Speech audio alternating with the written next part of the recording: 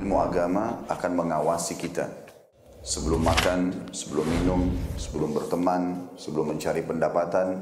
Maka ilmu agama akan berbicara dengan kita. Ini boleh atau ini tidak boleh. Oleh karena itu, ulama mengatakan kita lebih butuh terhadap ilmu agama ini daripada makanan pada saat sangat lapar, air pada saat sangat dahaga, dan juga tempat tidur pada saat kita sangat capek. Ghazwa TV, media dakwah masa kini. Yuk jadi bagian dari dakwah kami. Dukung operasional dakwah dan sosial kami, raih pahala amal jariah yang terus mengalir sampai hari kiamat. Innal hamdalillah nahmaduhu wa nasta'inuhu wa nastaghfiruh wa na'udzu billahi min shururi anfusina wa min sayyiati a'malina. May yahdihillahu fala mudilla lahu wa may yudlil fala hadiya lahu. Ashhadu an la ilaha illallah wahdahu la syarika lah wa ashhadu anna Muhammadan abduhu wa rasuluhu la nabiyya ba'da. Ya ayyuhalladzina amanu taqullaha haqqa tuqatih wa la tamutunna illa wa antum muslimun. Ya ayyuhan nasu taqu rabbakumul ladzi khalaqakum min nafsin wahidah wa khalaqa minha zawjaha wa batha minhuma rijalan katsiran wa nisaa wattaqullaha alladzi tasaaluna bihi wal arham. Inna Allah kana alaikum raqiba. Ya ayyuhalladzina amanu taqullaha wa qulu qawlan sadida yuslih lakum a'malakum wa yaghfir lakum dhunubakum wa may yuti'illaha wa rasulahu faqad faza fawzan 'azima. Amma ba'd, fa inna asdaqal hadithi kitabullah wa khairal hadi hadi Muhammadin sallallahu alaihi wasallam wa syarrul umuri muhdatsatuha fa inna kulla muhdatsatin bid'ah wa kulla bid'atin dhalalah wa kulla dhalalatin finnar. Jamaah Jumat rahimani wa rahimakumullah. Saudara-saudaraku sekalian, tahukah Anda apa arti dari sebuah kesetiaan? Tahukah Anda apa arti dari sebuah loyalitas? Kesetiaan atau loyalitas itu diartikan sebagai ketundukan, kepatuhan, ketaatan kepada suatu individu atau entitas, dan dia berkomitmen untuk menjaga kepercayaan dengan tidak berlaku khianat terhadap amanah yang diberikan kepadanya. Ketika seseorang senantiasa dibantu dengan harta, dibantu dengan tenaga, senantiasa diperhatikan segala kebutuhannya, senantiasa diberikan segala sesuatu yang bisa menghilangkan kesulitannya, maka loyalitas ini otomatis akan terbentuk. Otomatis akan terbentuk. Ketika bantuan ini datang secara konsisten dan berulang-ulang terus-menerus seiring berjalannya waktu, maka nilai loyalitas, nilai kesetiaan ini akan terbentuk semakin besar dan semakin besar terhadap orang yang membantunya. Orang yang loyal, orang yang setia akan tunduk, patuh, mengikuti perintah orang yang membantunya. Orang yang loyal, orang yang setia, dia akan mencintai apa yang dicintai dan membenci apa yang dibenci oleh orang yang membantunya. Bahkan disuruh makan tanah pun dia akan mau. Diperintah untuk mati pun dia akan kerjakan. Saudara-saudaraku sekalian, saya mengajak Anda sebelumnya untuk merenungi sudah berapa banyak kenikmatan yang Allah telah berikan kepada kita. Sudah berapa banyak jawaban dari doa-doa kita yang sudah dijawab oleh Allah Subhanahu wa taala. Tatkala Allah tidak memberikan apa yang kita minta, Allah malah ganti dengan hal yang lebih baik dari yang kita minta. Berapa banyak saudara-saudaraku sekalian? Jawabannya tidak terhingga. Jawabannya tidak bisa terhitung lagi. Allah Subhanahu wa taala berfirman, "Wa ataakum min kulli ma sa'altumuh, wa in ta'uddu ni'matallahi la tuhsuha, innal insana ladzalumun ghafar." Dan Allah telah memberikan kepadamu segala apa yang kamu inginkan, apa yang kamu minta. Dan kalau kamu menghitung nikmat Allah, niscaya kamu tidak akan dapat menghitungnya. Sungguh manusia itu betul-betul zalim dan kufur padanya.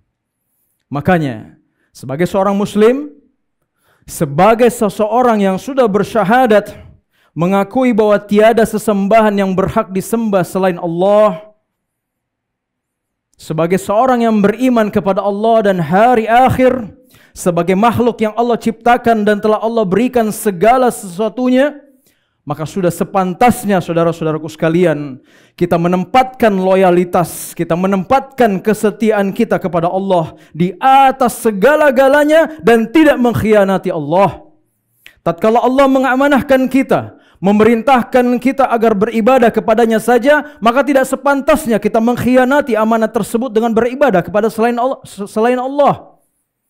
Tatkala Allah mencintai sesuatu, maka kita wajib untuk mencintainya juga. Tatkala Allah membenci sesuatu, maka kita wajib untuk membencinya juga. Tatkala Allah berlepas diri dari sesuatu, maka kita pun wajib berlepas diri dari sesuatu tersebut. Tatkala Allah memerintahkan dan melarang kita pada sesuatu yang di luar dari kebiasaan kita, maka kita wajib melakukan penyesuaian diri dalam kehidupan kita. Karena kita tahu bahwa Allah Subhanahu wa taala mencintai hal tersebut.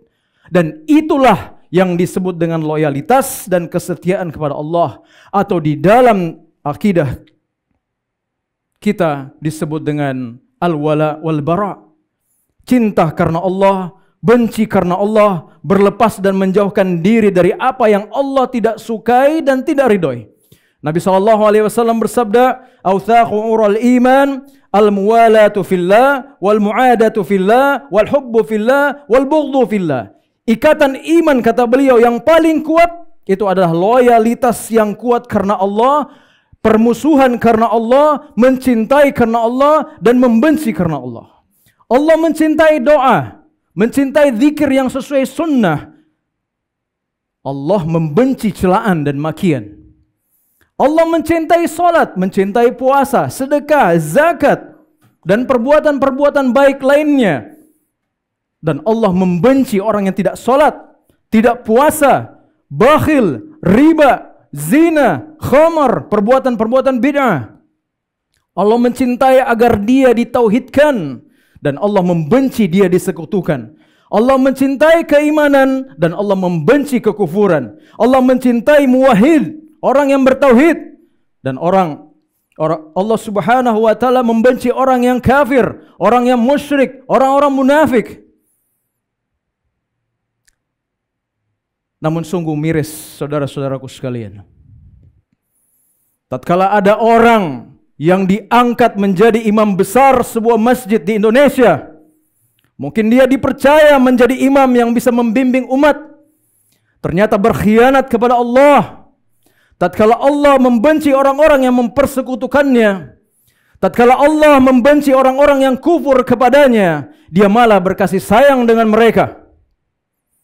Tatkala Allah berfirman, "Wa qalu ittakhadha ar-rahmanu walada laqad ji'tum syai'an idda takadu as-samawati wa yatafattarna minhu wa tanshaqqu al-ardu wa takhiru al-jibalu hadda an da'u lir-rahmani walada wa ma yanbaghi lir-rahmani ay yattakhidha walada."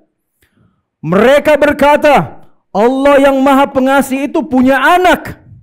Sungguh kalimat ini adalah kalimat yang sangat mungkar sekali. Akibat kalimat tersebut, hampir saja langit pecah, kata Allah. Bumi terbelah dan gunung-gunung runtuh karena ucapan tersebut. Karena mereka menganggap Allah yang Maha Pengasih itu punya anak. Dan Allah tidak mungkin mempunyai anak. Tahukah Anda siapa yang disinggung Allah di sini, saudara-saudaraku sekalian? Ya, mereka lah orang-orang Nasrani yang mengatakan Allah punya anak. Allah memperlihatkan akibat dari murka Allah yang sangat luar biasa ketika orang Nasrani mengucapkan Allah punya anak. Ucapan itu bisa membuat langit pecah, bumi terbelah, gunung runtuh. Malah sang imam besar berkasih sayang dengan pemimpin orang Nasrani yang datang ke Indonesia, menodai rumah Allah dengan membawa ajaran kesyirikan di dalamnya. Sang imam menunjukkan keridoannya terhadap ajaran kesyirikan. Keridoannya Allah dipersekutukan. Keridoannya Allah dilecehkan. Kemudian dia menyuarakan bahwa semua makhluk, semua agama sama di sisi Allah. Subhanallah. Ini musibah yang sangat besar, saudara-saudaraku sekalian. Tidak ada agama yang Allah ridhoi di sisinya kecuali Islam. Allah Subhanahu wa taala berfirman, "Innad dina 'indallahil Islam." Sesungguhnya agama di sisi Allah adalah Islam. Allah Subhanahu wa taala juga berfirman, "Wa may yabtaghi ghairal islami dinan falan yuqbala minhu wa huwa fil akhirati minal khasirin." Siapa yang mencari agama selain Islam, dia tidak akan diterima dan di akhirat dia termasuk orang-orang yang merugi. Mulutnya mengucapkan, "Raditu billahi rabban wa bil islami dinan." Aku ridho Allah Rabbku dan Islam sebagai agamaku, namun ternyata dia juga ridho terhadap agama lain.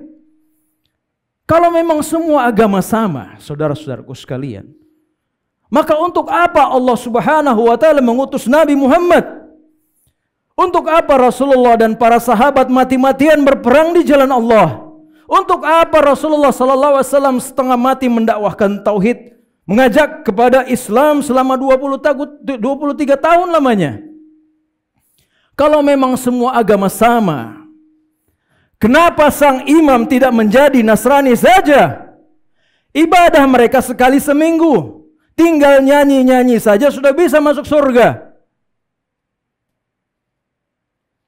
Tidak harus setengah mati sholat 5 kali dalam sehari. Tidak harus puasa 30 hari dalam sebulan. Tidak harus keluarkan zakat. Tidak ada yang haram bagi mereka.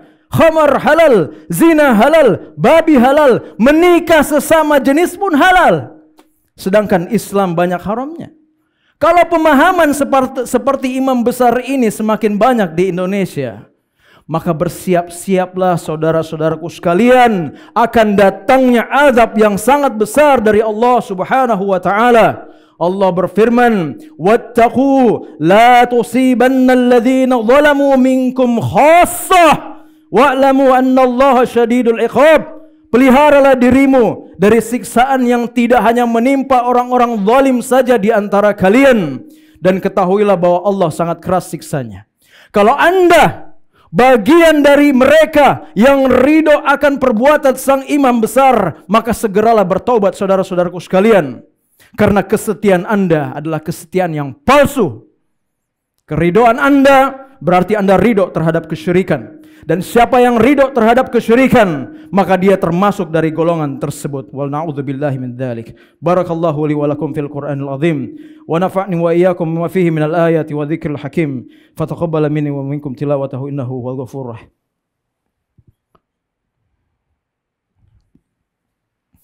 Alhamdulillahi rabbil alamin hamdan katsiran thayyiban mubarakan fih kama yuhibbu rabbuna wa yarda. Asyhadu an la ilaha illallah wahdahu la syarika lah wa asyhadu anna Muhammadan abduhu wa rasuluhu la nabiyya ba'da. Allahumma shalli wa sallim wa barik ala Muhammad wa ala ali Muhammad. Saudara-saudaraku sekalian, kita tidak dilarang berbuat baik kepada orang kafir, tidak sama sekali. Tidak dilarang. Allah Subhanahu wa taala berfirman, "La yanhaakumullahu 'anil ladzina yuqatilukum fid din wa lam yukhrijukum min diyarikum an tabarruhum wa tuqsitu ilaihim. Innallaha yuhibbul muqsitin." Allah tidak melarang kamu berbuat baik dan berlaku adil terhadap orang-orang yang tidak memerangimu dalam urusan agama, yaitu orang-orang kafir, dan tidak mengusirmu dari kampung halamanmu. Sesungguhnya Allah Subhanahu wa taala mencintai orang-orang yang berlaku adil. Kalau ada orang-orang lemah di antara mereka, kita bantu. Tetangga kita kebetulan orang kafir, kita tetap berbuat baik dengan mereka. Di mata hukum, kita tetap adil terhadap mereka. Allah Subhanahu wa taala berfirman, "Wala yajrimannakum syana'anu qaumin 'ala alla ta'dilu, i'dilu huwa aqrabu lit-taqwa, wattaqullaha innallaha khabirum bima ta'malun." Janganlah karena kamu benci terhadap suatu kaum mendorong kamu untuk berlaku tidak adil kepada mereka. Maka berlaku adillah, kata Allah, karena adil itu lebih dekat kepada takwa. Dan bertakwalah kepada Allah, sungguh Allah maha teliti apa yang kamu kerjakan. Islam mengajarkan toleransi. Dalam masalah dunia, kita diperintah untuk tidak mengusik orang-orang kafir, tidak mengganggu mereka dalam ibadahnya. Kita diperintah untuk berbuat baik kepada mereka, baik miskin maupun yang sedang sakit. Tetap menjalin hubungan kerabat walaupun dia kafir. Bolehnya memberikan mereka hadiah. Semua ini dari toleransi yang diajarkan oleh baginda Nabi SAW. Tetapi toleransi yang dilarang adalah apa yang dilakukan oleh sebahagian besar kaum muslimin hari ini. Toleransinya sudah kebablasan. ikut beribadah bersama mereka, ikut merayakan perayaan keagamaan mereka, ikut-ikutan membantu kegiatan agama mereka, meniru-niru ibadah mereka dan diaplikasikan ke dalam agama Islam, seperti menyanyi-menyanyi di masjid. Subhanallah. Toleransi yang kebablasan sehingga menunjukkan kasih sayang kepada mereka sambil mencium tangan mereka, mencium kepala mereka, mengalap berkah dari mereka. Ini bukan lagi toleransi, tetapi berkasih sayang dengan musuh-musuh Allah, ridho terhadap perbuatan kesyirikan mereka, sehingga mereka pun akhirnya merasa benar. Saudara-saudaraku sekalian, Allah telah berfirman dalam ayat terakhir surah Al-Mujadilah, La tajidu qauman yu'minuna billahi wal yawmil akhir yuwadduna man hadallahu wa rasulahu walau kanu aba'ahum aw abna'ahum aw ikhwanahum aw ashiratahum ulaika kataba fi qulubihimul iman wa ayyadahum bi ruhin min wa yudkhiluhum jannatin tajri min tahtihal anharu khalidina fiha radhiyallahu anhu wa raduhan ulaika hizbullah ala inna hizbullahi humul muflihun. Engkau tidak akan pernah mendapatkan suatu kaum dia beriman kepada Allah dan hari akhir itu berkasih sayang dengan orang-orang yang menentang Allah dan Rasulnya. Tidak akan pernah kita akan dapatkan. Sekalipun orang itu bapaknya, sekalipun orang itu adalah anaknya, sekalipun orang itu adalah saudaranya, atau sekalipun orang itu adalah keluarganya. Mereka inilah kata Allah yang orang-orang yang Allah tanamkan di dalamnya keimanan dan mereka dikuatkan dalam hatinya keimanan. Diberikan pertolongan dari Allah Subhanahu wa taala. Mereka dimasukkan ke dalam surga yang mengalir sungai-sungai di bawahnya. Kemudian mereka Allah ridho kepada mereka dan mereka pun ridho kepada Allah Subhanahu wa taala dan kemudian Allah mengatakan inilah golongan Allah. Dan sungguh golongan Allah itulah yang beruntung. Semoga Allah menolong kita semua dari pemahaman liberalisme, menjaga keimanan kaum muslimin yang masih memegang teguh prinsip akidah yang kokoh di atas Al-Quran dan Sunnah dengan pemahaman salafus saleh. Dan semoga Allah Subhanahu wa taala mengampuni seluruh kaum muslimin dan menjauhkan mereka dari pemahaman-pemahaman sesat. Innallaha wa malaikatahu yusalluna 'alan nabi ya ayyuhalladzina amanu sallu 'alaihi wa sallimu taslima. Allahumma salli 'ala Muhammad wa 'ala ali Muhammad kama shallaita 'ala Ibrahim wa 'ala ali Ibrahim innaka Hamidun Majid. Allahumma ighfir lil muslimina wal muslimat wal mu'minina wal mu'minati al ahya'i minhum wal amwat innaka sami'un qaribun mujibud da'wa wa yaqadil hajat. Rabbana zalamna anfusana wa illam taghfir lana wa tarhamna lanakunanna minal khasirin. ربنا آتنا في الدنيا حسنة وفي الآخرة حسنة وقنا عذاب النار. عباد الله إن الله يأمركم بالعدل والإحسان وإيتاء ذي القربى وينهى عن الفحشاء والمنكر والبغي يعظكم لعلكم تذكرون فاذكروا الله العظيم يذكركم واشكروه على نعمته يزدكم ولذكر الله الأكبر والله يعلم ما تصنعون.